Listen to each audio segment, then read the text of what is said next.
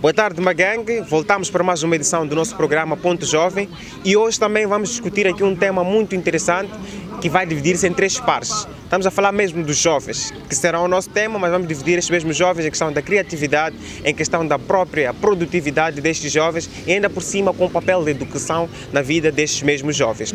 Hoje trazemos aqui um convidado muito especial, que é o professor e ativista social Jacinto Pequenino. Acredito que viram aí o poema dele na semana passada, que este poema falava mesmo sobre o Pai Nosso do professor. E hoje convidamos o professor Jacinto, que vai falar-nos aqui sobre estes mesmos temas. Espero que acompanhem connosco este programa e não saiam daí. Professor Jacinto, temos aqui um professor que é ativista também no nosso distrito de Maracuene e também na nossa província de Maputo. Como é que o professor se sente no dia de hoje e também por estar aqui para poder falar com os nossos jovens que estão lá em casa? Boa tarde a todos. Hoje, de fato, é o dia em que eu tenho que dizer alô a todos os internautas, todos os jovens que acompanham este programa de eleição, onde todos se encontram e todos se divertem e também se comunicam. Bom, falar de juventude para mim é uma grande alegria, porque sendo jovem e comunicar-se com jovens é uma grande bênção para mim, não é? Sim. Professor, eu gostaria de saber, na qualidade de ativista, como é que observa o teu papel como ativista e também como professor numa sociedade como esta, que tem enfrentado desafios como as drogas, a saúde mental e também a introdução à inteligência artificial, que tem tirado aquilo que é a produtividade de vários jovens? Ser ativista social agora é um grande desafio. É um grande desafio porque, primeiro, você tem que mostrar pela prática. Estamos numa era em que a palavra, a teoria já não serve mais e nós temos que mostrar em atos concretos o que é ativismo, o que é ser professor. Portanto, eu posso usar isto como premissa. Se um professor não é ativista, então não é professor. Porque o professor é aquele que, além de dar aulas, deve estimular o próprio aluno para a mudança. Portanto, é desafiante falar do ativismo aqui em Moçambique, porque as portas se fecham. Eu sempre tenho dito, se tu és ativista, enquanto as portas não se fecham, o seu ativismo é nulo. Você é um ativista quando as portas se fecham. Porque ativista social é aquele que deve quebrar barreiras, deve retirar obstáculos e deve sofrer e sentir na pele de que sim, o seu trabalho faz um diferencial no meio da sociedade e da juventude no seu cômputo geral. Portanto, para mim é desafiante, mas é agradável, porque no meio de tanto sacrifício sempre conseguimos encontrar um pequeno fruto, mas aquele pequeno fruto no final se torna um grande fruto. Sim, professor, observando também para aquelas questões que são os desafios que aqui mencionei, como a inteligência artificial que tem tirado a produtividade dos jovens, a saúde mental e também o uso de drogas, acredita que estes jovens ainda podem contribuir para esta que é a nossa sociedade? E como? Leandro, tem uma coisa que nós temos que entender. Tudo isto é um processo sistêmico organizado, não é? A inteligência artificial não é nenhum problema. Eu sempre tenho dito, nós não podemos lutar com aquilo que vai nos beneficiar ou está a nos beneficiar.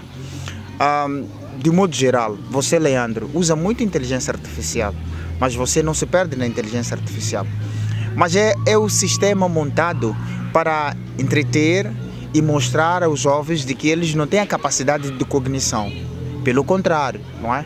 Nós temos que perceber ainda de que enquanto nós não quebramos o sistema, que é um sistema que corrompe, é um sistema que corroe, é um sistema que a uma dada altura também posso usar um termo um pouco mais fechado, é um sistema que forja e elimina mentes. A inteligência artificial nos jovens é como uma bomba atômica que não foi por ninguém acionada. Está ali, não é? E que o próprio jovem, o que faz? Ele pessoalmente vai acionando. O que nós podemos fazer com isto? Nós temos que ter a capacidade de interpretar os tempos e os momentos. Chegou uma inteligência artificial, sim. Então, como é que um chinês, por exemplo, usa a inteligência artificial para a produtividade? Então, o jovem também deve ter essa capacidade criativa de transportar e transpor aquilo que o outro quer que ele sucumba em coisas positivas, não é? Exemplo, nós estamos aqui no jardim tão lindo. Aqui pode ser um local onde nós podemos usar a inteligência artificial para produzir ou para a produção, para a criatividade, para a produtividade. E não só para chegar, tirar fotos e colocar, por exemplo, nas redes sociais, ou usar a inteligência artificial para só copiar textos e depois mandar para o professor. Mas a inteligência artificial, ela deve desafiar-nos, e graças a Deus eu uso a inteligência artificial. Ela me desafia a produzir muito mais textos, porque quem alimenta a inteligência artificial somos nós. Não é? Então eu acho que é uma capacidade que todo homem, todo moçambicano, todo jovem deve ter, de transpor e quebrar barreiras, não é? Que o próprio sistema está a implementar. De ser jovens cada vez mais burros, baixos e que não têm nenhuma capacidade de reflexão. E se nós conseguirmos fazer isso com pequenos ciclos e pequenas reflexões, nós podemos sim dizer: olha, eu sou jovem e tenho futuro e vou em frente. Agora, traz-nos aqui um tema muito interessante, que é a questão de um sistema, e que esse sistema tem que ser compreendido no próprio espaço e também no tempo. Como é que os jovens, de certa forma, podem quebrar este sistema? Um exemplo prático, porque cada época tem seus jovens têm determinados desafios. E como é que os nossos jovens, estes que estão em frente de uma inteligência artificial, que tem a saúde sexual reprodutiva também com uma dificuldade, não sabem muito sobre isto. Temos também o álcool e drogas, que temos esse problema nas escolas. Como é que estes jovens podem quebrar o sistema olhando para estas dificuldades? Tem 3 pontos importantes que nós temos que eliminar, né? O primeiro ponto é a idolatria do passado, não é? É errado pensar de que o passado é o melhor, não é? Isto para nós chamamos de falácia de antiguidade, de que tudo o que é velho é melhor. É uma pura mentira, não é? É uma pura mentira, porque o passado é sempre passado quando está no presente. Então nós temos que ter a capacidade de perceber de que se o passado passou, nós temos que nos reinventar com o que nós temos agora. O segundo erro que nós temos que ter, nós temos que também parar de sermos fanáticos pelo presente. Aquilo que nós chamamos de imediatismo. Muitos jovens se perdem no presente. É aquela ideia que se diz, olha, ninguém sabe do amanhã. Então, nós somos contra o tempo. O tempo tem passado, presente e o futuro. Então, nós temos que olhar também o terceiro erro da juventude. Pensar de que ele tem a capacidade de mudar o mundo sem o passado e sem o presente. É uma pura mentira. Então, esses 3 erros, muito mal posicionados, eles estragam aquilo que é a percepção da juventude hoje. O jovem precisa do velho e os dois precisam do futuro. Então, como é que nós temos que fazer? É viver o nosso presente, olhando o passado, mas sem idolatrar o passado, e sempre com uma perspectiva de esperança para o futuro. Porque os nossos jovens hoje dizem que eles podem mudar o mundo, é verdade. Mas eles não vão mudar o mundo caindo do céu. É que eles devem aprender com o passado, principalmente com os erros do próprio passado. Quantos jovens hoje, quando sobe no poder, faz mais cagada do que os próprios velhos? Porque dizem que agora é nossa vez. E eu pergunto, é sua vez para fazer o quê? Irei usar uma expressão de Severino Wenha, né? na obra do A Terceira Questão. Ele fala muito bem claro. É uma guerra de gerações. E uma guerra de gerações, ela só mata uma sociedade. A nossa sociedade hoje cai na bebida, cai, não sei, nas drogas. Por quê? Porque luta entre gerações. O passado também os nossos pais fumavam e bebiam. Não é? Eles hoje não podem dizer que foram os melhores. No seu tempo, enquanto jovens, também estragaram. Não é? Mas só que nós estamos a fazer o que hoje? Estamos a repetir os mesmos erros. Porque nunca houve educação. Porque nunca houve uma perspectiva do futuro. Se eu vos pergunto agora, por exemplo, qual é o projeto para Moçambique? Ninguém vai me responder.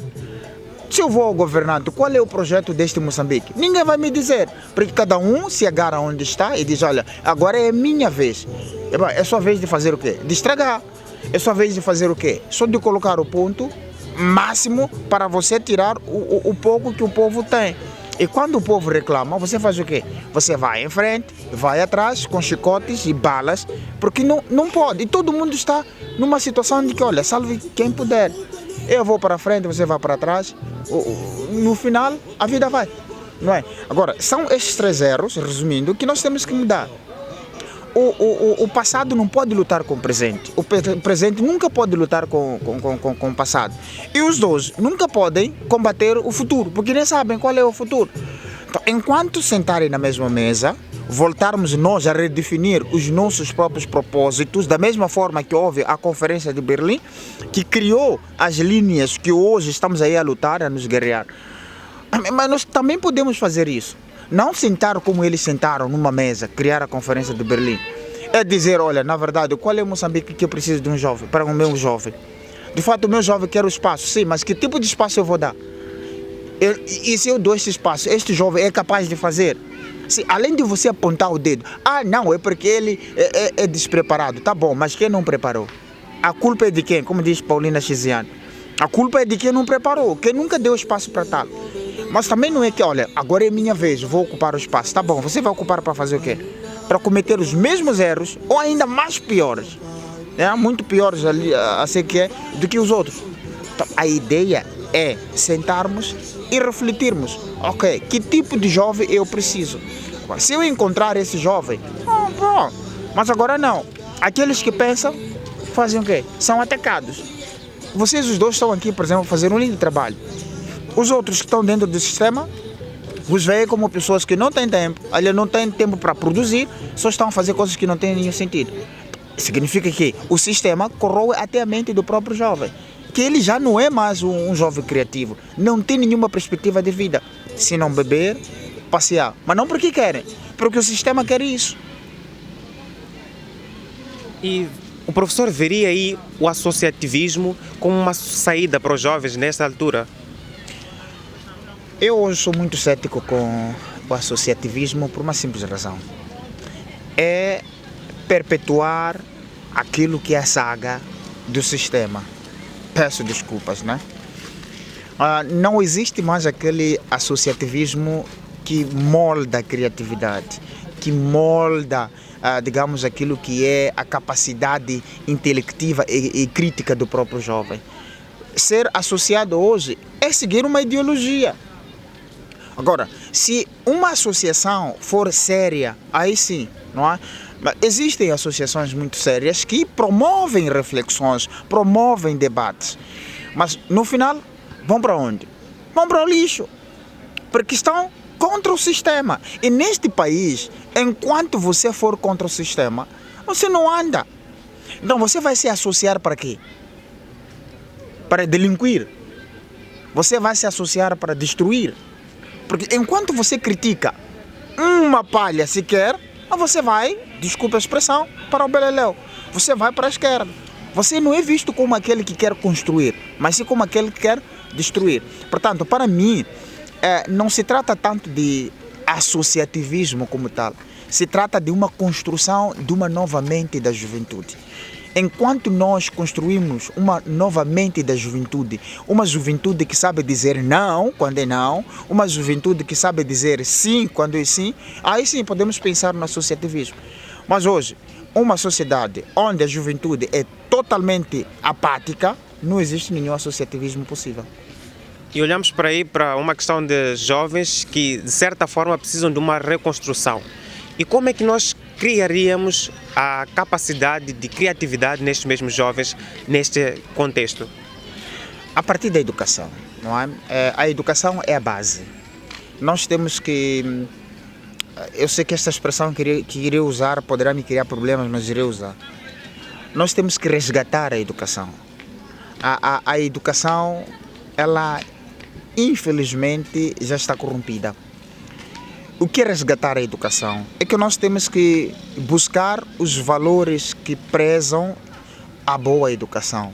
Quais? Primeiro, é o valor da criatividade. Os nossos alunos não são criativos. O segundo valor é o valor da solidariedade. Os nossos alunos, infelizmente, não são solidários. E o terceiro é o valor da investigação, da pesquisa. Esses três valores, enquanto se juntarem, nós podemos sim buscar uma verdadeira sociedade criativa, uma sociedade que tem valores para frente. Mas a nossa educação hoje é: eu vou à escola, eu vou reproduzir o pensamento que o professor me dá. Ponto e basta. Se o professor não vem, o aluno faz o quê? Saltita de alegria. Se o professor passa 2 semanas sem aparecer, melhor ainda. Só se preocupa quando é tempo de fazer teste. Apenas. Mas se nós temos esta capacidade solidária, criativa e de pesquisa, é que o professor não seria aquele que vai despejar conhecimento. E nós também teríamos uma capacidade um pouco mais inspectiva do próprio professor. O professor não só deveria dar aulas, deveria supervisionar, inspecionar aquilo que o aluno faz. Mas não, ele deve chegar lá como se fosse Deus, que dá tudo. Se ele não dá, o aluno não se preocupa. E o pai faz o quê? O pai é apático em casa, só espera no final do ano para ver de que o filho passou. Essa não é a educação. Isto é faz de conta. Uso de uma nova expressão de Severino Nguenha. Nós estamos numa sociedade onde faz de conta de que educa o seu filho. Mas nós não estamos a educar o nosso filho. Nós simplesmente estamos a levar o nosso filho, lhe colocar numa escola, que não é escola. O que é? É um hospício. Nós temos instituições que viram hospícios. São mais do que influentes. O professor tem problemas, o diretor tem problemas, o aluno tem problemas. E depois os três se encontram, criam outro problema. Encontramos um governante, tem problemas. Encontramos um ministro com problemas. No final vamos para onde? Estamos totalmente no hospício. Todos nós precisamos ser endireitados. Esta é a educação? Não. É um faz de conta. Agora, professor, quais são as atividades que de certa forma viriam impulsionar aquilo que é a criatividade dos jovens? Falamos de atividades, também podia falar do próprio papel da arte, porque a arte de certa forma faz o próprio aluno abstrair-se de uma certa forma. Quais são as atividades que podiam ser implementadas na própria educação e podia também dar uma ideia de como é que podia se reformular esta mesma educação? Quais são as prioridades atuais da educação? Maslow colocou a chamada pirâmide de Maslow. Acho que vocês conhecem, né? Sim, A pirâmide de Maslow é que o homem ele é feliz quando satisfaz as suas necessidades, não é? Agora diz-me lá. Uma educação que não satisfaz nem 1% das suas necessidades, você espera o quê? Nada. É que todo mundo olha o outro como se fosse uma pilha onde ele deve, com nervos, raivas e tudo, tirar vantagem, não é isso? Agora, só tem uma coisa, meu amigo, é que eu luto desde que eu sou professor: atividades extracurriculares. A nossa educação não gosta de ouvir o termo atividades extracurriculares. Por quê? Porque parece, é uma atividade que não cultiva nada, mas é a melhor atividade que existe dentro da educação. É que nós temos que ter a capacidade de o próprio aluno ter uma formação holística e também uma educação integral. Não só científica, onde sabe ler e escrever, mas onde ele se humaniza. E como se humaniza? A partir da arte. Se as escolas começarem a produzir poesia, canto, dança e outras expressões culturais, você poderá ver de que a droga, o álcool pode diminuir. Não só entregar a bola para jogar, mas intensificar uma boa educação desportiva no aluno. É que nós poderíamos mudar a sociedade. É que nós não podemos pensar numa ação paliativa. Nós não podemos só todo o tempo colocar questões paliativas. Nós temos que curar o problema. E nós sabemos onde é que está o problema, mas é que lá dá trabalho. Então, o fato de eu levar o meu aluno em 45 minutos e despejar o conhecimento é diferente de você acompanhar o aluno desde o primeiro minuto em que entra na sala de aulas ou entra na escola até o último quando sai. Não é? Então, neste caso, para mim, nós temos que intensificar mais o trabalho das atividades extracurriculares, porque é aqui onde nós iremos educar este aluno com qualidade. Agora, temos também um papel que acredito que devemos focar mais no assunto.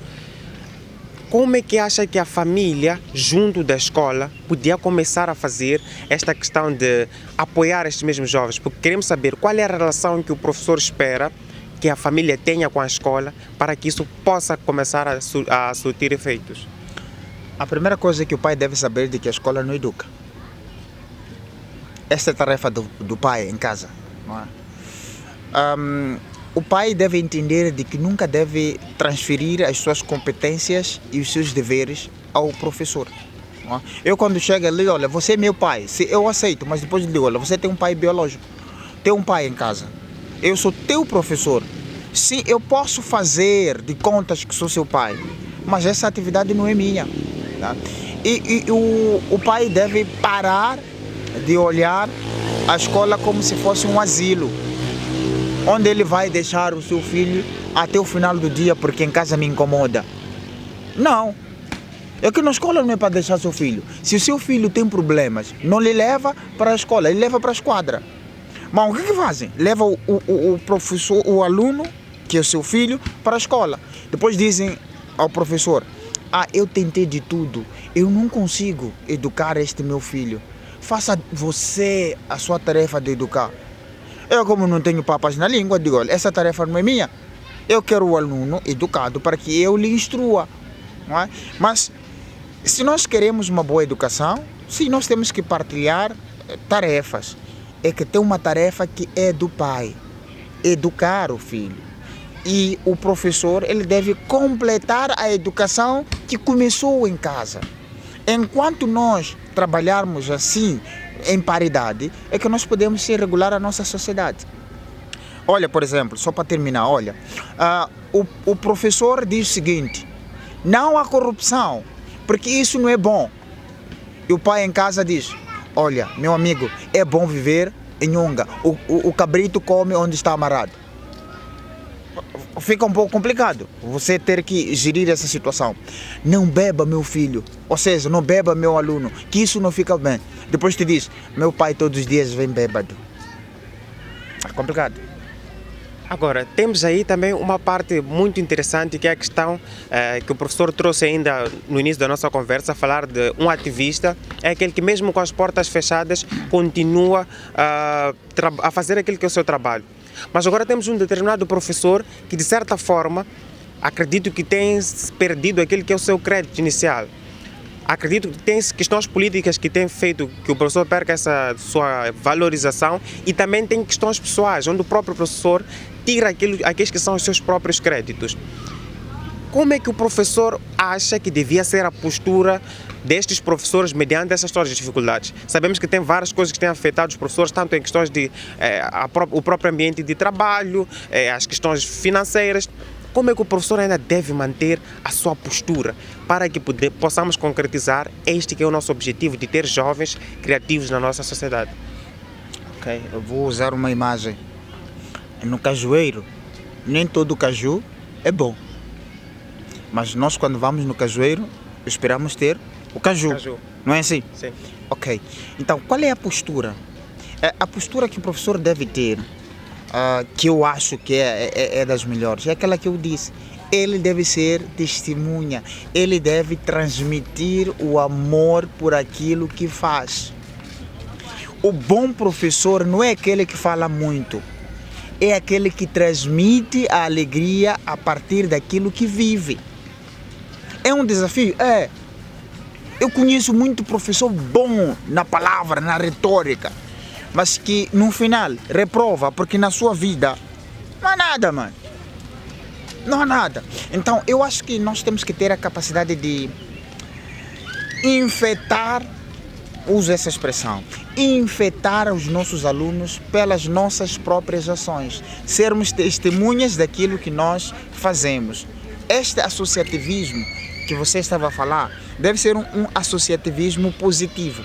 Não que eu vou, vamos lá, fazer a campanha para que venha nisto. Não, é que a tua palavra, ela está aliada com a tua prática e está a produzir fruto. Não importa se numa árvore ou num cajueiro são 3 cajus bons. É que aqueles 3 irão produzir os seus frutos. O professor não pode correr com o tempo. não pode querer produzir logo. Que se lance a semente, no seu tempo irá produzir. Eu acho que esta postura poderá mudar muito a nossa própria sociedade, né?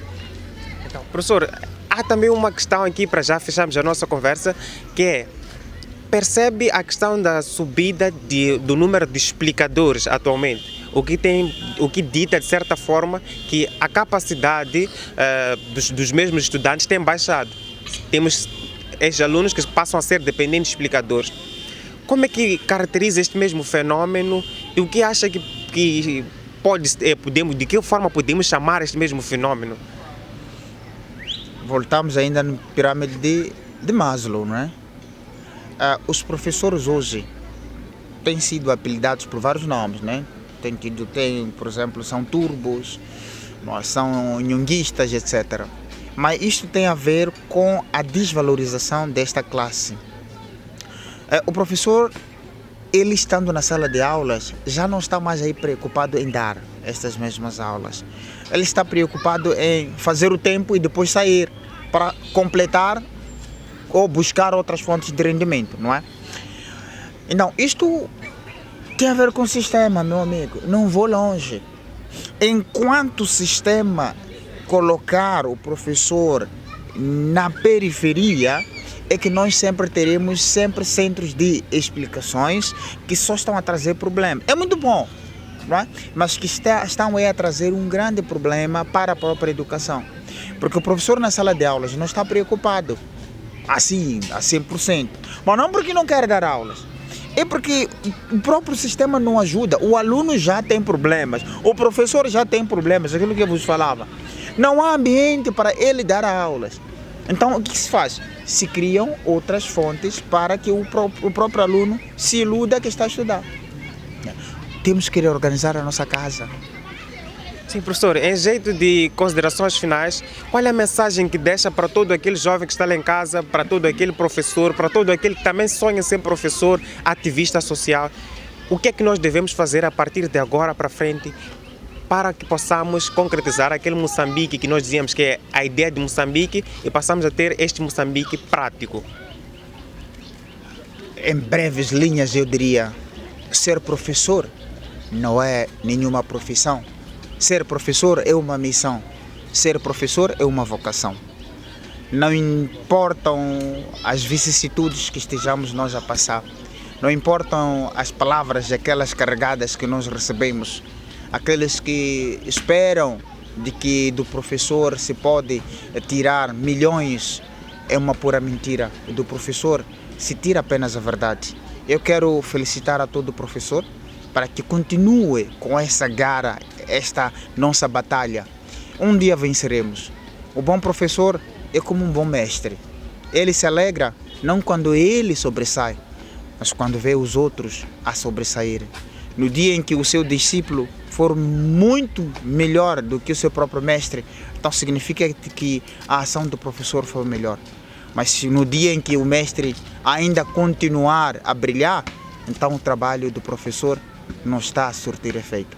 Aos jovens, palavra simples: não deixem que o vosso brilho sucumba com os problemas do dia a dia. Sim, nós temos vários problemas, mas nós somos fortes. Só podemos vencer esses mesmos problemas quando juntos nos unirmos e levantar o nosso punho e dizer: sim, somos capazes e em frente nós iremos. Muito obrigado. Muito obrigado, professor Jacinto, por ter nos deixado aqui com uma grande reflexão. Eu acredito que as palavras que o professor Jacinto deixou aqui conosco não são palavras de nos passar a mão na cabeça, porque eu acredito que as pessoas não vão gostar nem um pouco, mas é a verdade e ela teve que ser dita aqui no nosso programa Ponto Jovem.